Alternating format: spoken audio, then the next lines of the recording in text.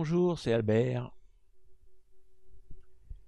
Voici ma définition de l'intuition que moi, Albert Einstein, j'ai écrit noir sur blanc. Un bond se produit dans la conscience et la solution vient à vous. Et vous ne savez ni comment ni pourquoi. Maintenant, la définition de l'intuition de votre encyclopédie moderne Wikipédia. L'intuition est un mode de connaissance, de pensée ou jugement perçu comme immédiat, au sens direct. Selon les acceptations, c'est un processus ou une faculté de l'esprit. Elle peut être suprarationnelle ou infrarationnelle. Elle est définie de plusieurs manières en philosophie ainsi qu'en psychologie.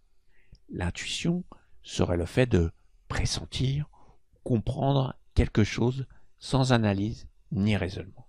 Fin de citation.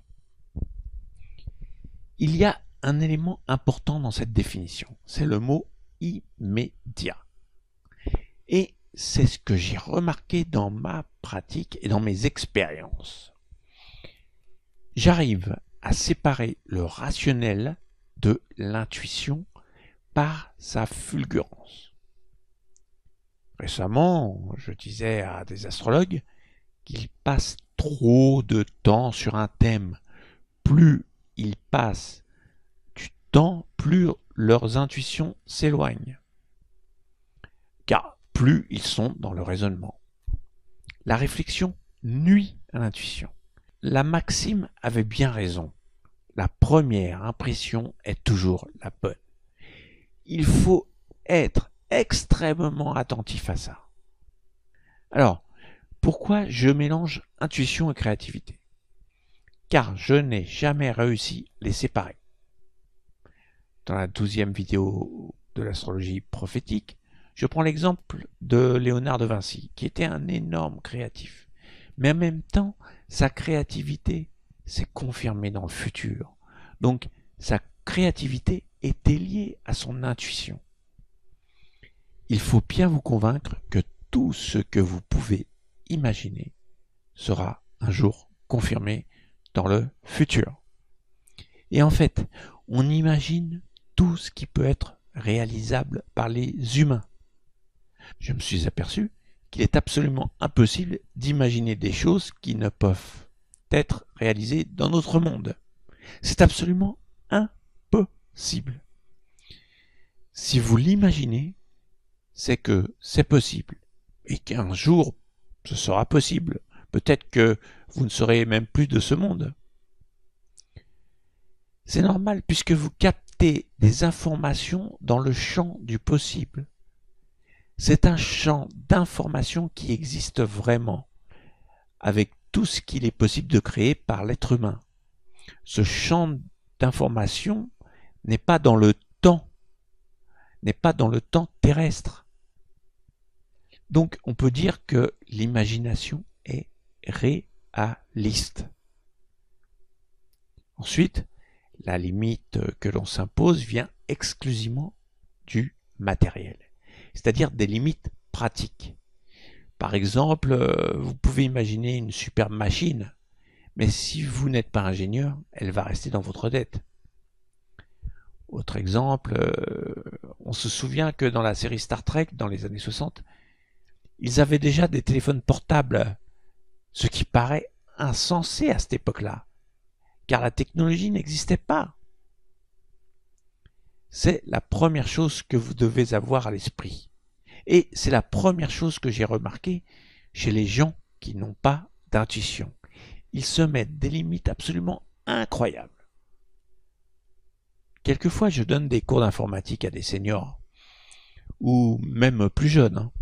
Et le simple fait d'avoir une appréhension de l'informatique, quelque chose d'inaccessible, ça bloque complètement la personne. Vous lui demandez d'appuyer sur la touche entrée, elle panique. Un autre exemple, sur Facebook, les gens paniquent parce qu'ils croient qu'ils ne peuvent pas partager une photo, un message. Ils ne voient pas le bouton partager. Bon, ils ne cherchent pas plus loin. Ils se bloquent. Alors qu'il y a des quantités de façon de partager sur Facebook. C'est impossible de ne pas partager.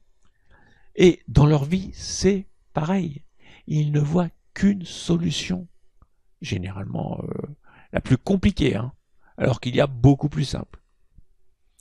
C'est incroyable comment ce mental limite les possibilités. Si je devais résumer les disciplines que je suis arrivé à maîtriser alors que je n'avais aucune notion au départ, c'est parce que jamais je me suis dit que ça allait être trop difficile. Et quand j'ai voulu développer mon intuition, c'est pareil, hein. J'y ai cru, depuis le début j'y ai cru. J'étais persuadé de réussir, quel que soit le temps que ça allait prendre. Donc la première étape pour vous au quotidien, chaque jour, il faut vous convaincre que vous pouvez tout apprendre, que vous pouvez vous améliorer à l'infini, que vous pouvez développer des capacités insoupçonnées, dans la limite d'un handicap physique bien sûr. Mais il faut casser les murs autour de vous. Ça a été, je crois, hein, si je devais me résumer, ça a été ma plus grande force dans ma vie. Cette vision d'aucune limite. Et heureusement, car comme je n'ai pas fait d'études, si je n'avais pas eu cette vision, rien n'aurait changé. Donc, ne pas se donner de limites amène automatiquement à la progression. J'avoue que ce n'est pas évident, mais c'est un point commun que j'ai retrouvé chez la plupart des personnes qui ont de l'intuition. Vous pensez que vous ne pourrez jamais apprendre le chinois? C'est complètement faux. Même si c'est plus simple, j'ai un oncle qui a appris l'espagnol à 82 ans. Vous pensez que vous êtes nul en informatique? Ce n'est pas vrai. C'est parce que vous avez un blocage qui vous empêche de comprendre la logique informatique. Sinon, il y a des commandes qui sont aussi simples que de compter 1 plus 1 égale 2. Voici une citation. Chaque être humain vit dans une prison. La prison, c'est lui-même, et il est son propre gardien. Puisque le gardien est le prisonnier et la prison, il n'est pas surprenant qu'il y ait si peu d'évasion et que les délivrances soient si rares. Idriss Shah. Cette citation est remarquable, car elle pointe le doigt sur le mental, qui est une prison à l'image du cerveau qui est enfermé dans la boîte crânienne. C'est pour cela que votre représentation du monde est tronquée. Vous êtes juste en contact avec le monde extérieur par des signaux électriques interprétés par le cerveau. Donc vous ne voyez que ce que vos sens peuvent percevoir. Répétez plusieurs fois après moi. Mon cerveau est enfermé dans une boîte. Mon cerveau est enfermé dans une boîte. Mon cerveau est enfermé dans une boîte. Et maintenant, vous répétez, je n'ai pas accès à la vraie réalité. Je n'ai pas accès à la vraie réalité. Je n'ai pas accès à la vraie réalité. Pour avoir de l'intuition, il faut donc aussi vous déconditionner pour vous libérer, pour sortir de la cage.